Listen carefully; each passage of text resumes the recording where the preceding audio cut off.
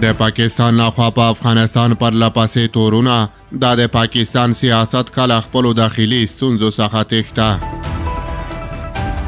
سلامونه ستړي مشئ، وخت مو په خیر. پام وکړئ د اران ټي وي یوټیوب چینل څخه د نن ورځې تازه او مهم خبر ته.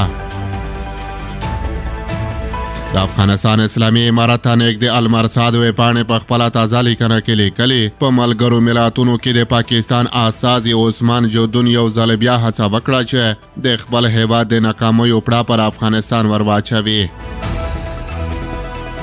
په داسې حال کې چې نوموړي وویل اسلامي امارت ګواکې تحریک طالبان پاکستان ټي ټي پي ته اسانتیاوې او پرمختللې وسلې ورکړي او دا چې دا ټي ټي پي 6,000 غړي په افغانستان کې میشت دي. دغه ویبپاڼې په خپله لیکنه کې لیکلي هڅې خو د پاکستاني حکومت استازي او وزیران هر څو ورځې وروسته دغه ډول بې بنسټه څرګندونې کوي چې ظاهرا هدف یې د خپلو کورنیو ستونزو څخه د خلکو پام اړول دی. المرصاد ویبپاڼه زیاتوي چې د افغانستان اسلامي امارت یو خپلواکه دولت دی چې د نورو هیوادونو پر خپلواکۍ باور لري او هیڅ کله خپله خاوره د بل هیڅ هیواد پر ضد کارولو ته نه پرېږدي. پاکستان په افغانستان کې د ټي ټي پي د شتون ادعا کوي خو د خپلې دعوې د ثابتولو لپاره هیڅ ډول ثبوت نشي وړاندې کولی، ځکه چې ټي ټي پي د افغانستان پر خاوره نه بلکې د پاکستان دننه شتون لري او له هلته څخه خپلې جګړهیزې چارې پر مخ بیایي. د المرصاد په دغه لیکنه کې راغلي د ټي ټي پي ټول قیادت له وزیرستان تر سواته پورې په خپلو مرکزونو کې موجود دی او په نږدې وختونو کې د دوی یو شمېر قومندانان د خپلو سیمو دننه د پاکستاني ځواکونو سره په نښتو کې وژل شوي دي.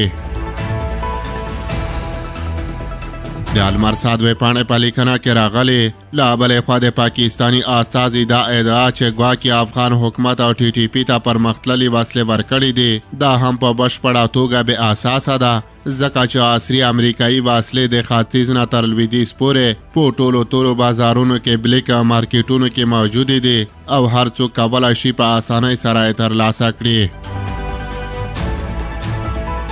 المرصاد ویبپاڼه په خپله لیکنه کې زیاتوي چې دا د وسلو یوه لویه برخه د کراچۍ په بندرونو کې له هغو امریکایي کنټینرونو څخه غلا شوې ده چې افغانستان ته د تباهۍ او جګړې لپاره راوړل کېدې. دغه کنټینرونه د پاکستان د پوځ جنرالانو مات کړل او وسلې په تور بازار کې وپلورلې. د المرصاد د لیکنې له مخې پاکستان ته پکار ده چې خپلې کورنۍ ستونزې او ناکامۍ په افغانستان ورټاپه نه کړي. ټي ټي پي ستاسو خپله مسله ده چې ستاسو د غلطو پالیسیو له امله رامنځته شوې ده، نو پر افغانستان یې د تور پورې کولو پر ځای ښه به وي چې خپلو کړنو ته کتنه وکړئ. المرصاد ویبپاڼې په خپله وروستۍ برخه کې لیکلي تاسو ته په افغانستان کې ستونزې، نیمګړتیاوې او د بشري حقونو سرغړونې ښکاري، خو له وزیرستانه تر بلوچستانه د بشري حقونو د خراب وضعیت او خپل ظلمونه درته نه ښکاري. خپلې کړنې مو وڅېړئ، که مونږ یې درته ښایو نو بیا هم تاسو شکایت کوئ.